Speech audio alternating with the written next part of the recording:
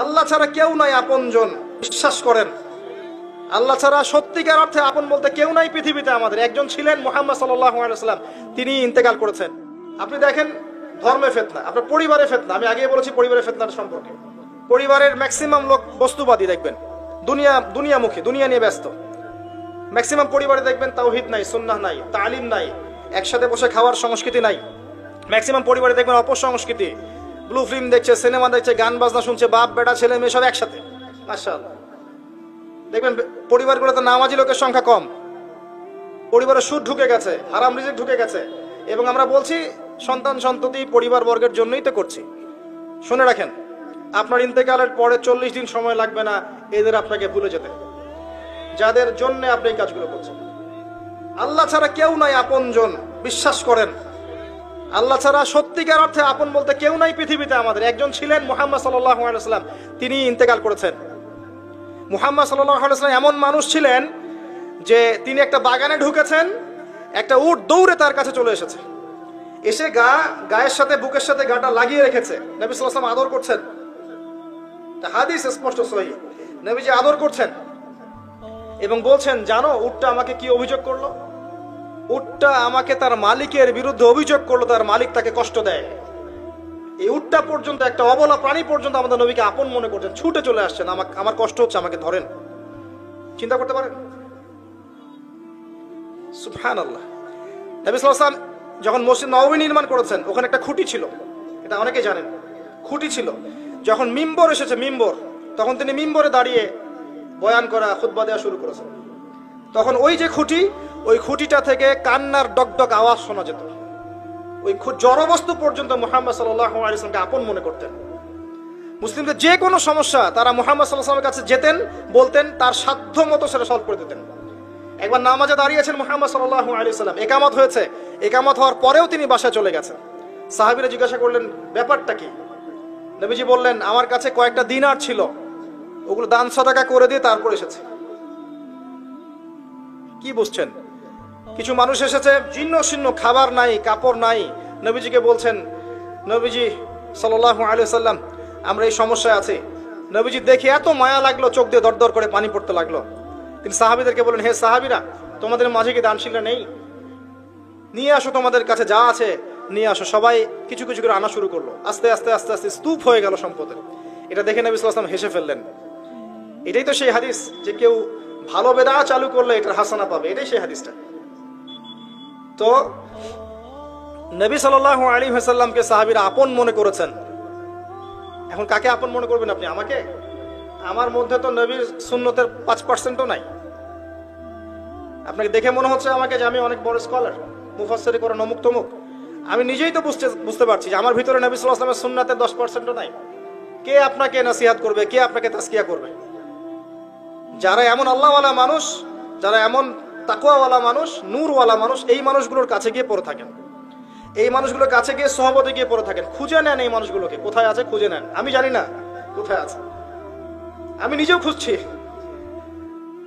খুঁজছি, আর আমাদের খোঁজার দৃষ্টিভঙ্গিটা খুব সূক্ষ্ম। ওই যে ইমাম বুখারী দেখেছিলেন না, ওই যে ঘোড়াকে খাওয়াচ্ছেন প্রতারণা করে, হাদিস নিলেন না তার কাছ থেকে, আছে না? জানেন না আপনারা? হাদিস সার্চ করতে করতে এক জায়গায় চলে গেছেন, অনেক মাইলের পর মাইল পথ পাড়ি দিয়ে দেখেছেন যার কাছ থেকে হাদিস নিবেন সে ঘোড়াকে ডাকছে, হাতের মধ্যে কিচ্ছু নাই, কিন্তু ঘোড়াকে দেখাচ্ছে, আসো আসো আসো, খেয়ে যাও।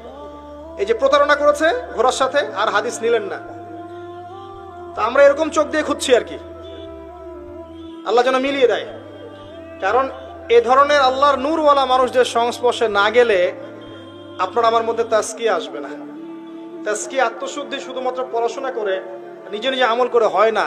আত্মশুদ্ধিওয়ালা মানুষকে দেখেও শিখতে হয়। মুহাম্মদ সাল্লাল্লাহু আলাইহি ওয়াসাল্লাম সাহাবীদেরকে কি বইপত্র পড়ে ইসলাম শিখিয়েছেন? কোরআনের আয়াত লিখে দিয়েছেন, যাও বাসায় গিয়ে পড়ে নাও, এমন ছিল? নবীজিকে দেখতেন তারা দিন রাত 24 ঘন্টা, কেমন করে ওঠেন, কেমন করে বসেন, কেমন করে কথা বলেন, কেমন করে মুআমালাত করেন, কেমন করে নামাজ পড়েন, সব দেখতেন, দেখে দেখে কপি করতেন। এভাবে যখন আমরা আল্লাহর নূর প্রাপ্ত মানুষদের সংস্পর্শে গিয়ে দেখে দেখে কপি করতে পারবো, তখন দেখবেন আত্মশুদ্ধি চলে আসছে ইনশাআল্লাহ। এখন আপনি যাবেন কোথায়? সবাই তো ডাকছে, আসো জান্নাত আমার কাছে। আমি জান্নাতের ডিলার, তোমার লিজ লাগলে নিয়ে যাও। হ্যাঁ, অ্যাটিটিউডটা এমন অনেকেরই। আল্লাহর কাছে খাস করে দোয়া করতে হবে, আল্লাহ এমন মানুষদেরকে আল্লাহ আপনি এইসব জায়গায় নিয়ে আসেন যারা আত্মশুদ্ধিতে পরিপূর্ণ, যাদের মধ্যে আল্লাহর নূর আছে, যারা ওই নূর মানুষের মধ্যে ছড়িয়ে দিতে পারবে, আমরা আত্মশুদ্ধি লাভ করতে পারবো ইনশাআল্লাহ। আল্লাহ পাক বোঝার তৌফিক দান করুন, আমিন। জ্ঞান জানা অনুযায়ী আমল, আর আমলের ক্ষেত্রে গিয়ে বলছিলাম প্রতিটা কাজ নবী সাল্লাল্লাহু আলাইহি ওয়াসাল্লামের সুন্নাহ মাফিক করতে হবে প্রিয় ভাই। সুন্নাহর বাইরে যাওয়া যাবে না। পরিবারে মেলামেশা থেকে শুরু করে স্ত্রীর সাথে মেলামেশা, পরিবার গঠন, সবকিছু। আরো আছে, আপনি অর্থনৈতিক জীবনে যাবেন, সেখানে কি সুন্নাহ নাই? সেখানে আপনি যা ইচ্ছা তাই করবেন, মাপে কম দিবেন, ইচ্ছা করে সিন্ডিকেট করবেন, মজুদ করে দাম বাড়িয়ে দিবেন, কৃত্রিম সংকট তৈরি করবেন, রমজান মাস আসলে নিত্য প্রয়োজনীয় দাম বাড়াতে থাকবেন হু হু করে, যেন মানুষ ট্রাকের পিছনে দৌড়ায়, এগুলো করবেন? কি করবেন রমজান মাসে? আরো বেশি বেশি মানুষকে খাওয়াবেন, দাম কমিয়ে দিবেন, এতে আল্লাহ আপনার রিজিকের ভান্ডার খুলে দিবে ইনশাআল্লাহ তাআলা। রিজিকের দায়িত্ব কার? যদি কোনো মানুষ মনে করে, শোনেন, যদি কোনো মানুষ মনে করে যে আমি যদি সুদ না খাই, মাপে কম না দেই, সিন্ডিকেট না করি, মজুদদারি না করি, আমার লস হবে, আমার রিজিক কমে যাবে, তাহলে সে মনে করছে তার রিজিকের দায়িত্ব স্বয়ং তার নিজের।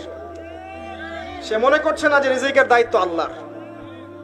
আর এটা হচ্ছে একটা বড় শিরক, যদি সে মনে করে যে রিজিকের দায়িত্ব আমার নিজের।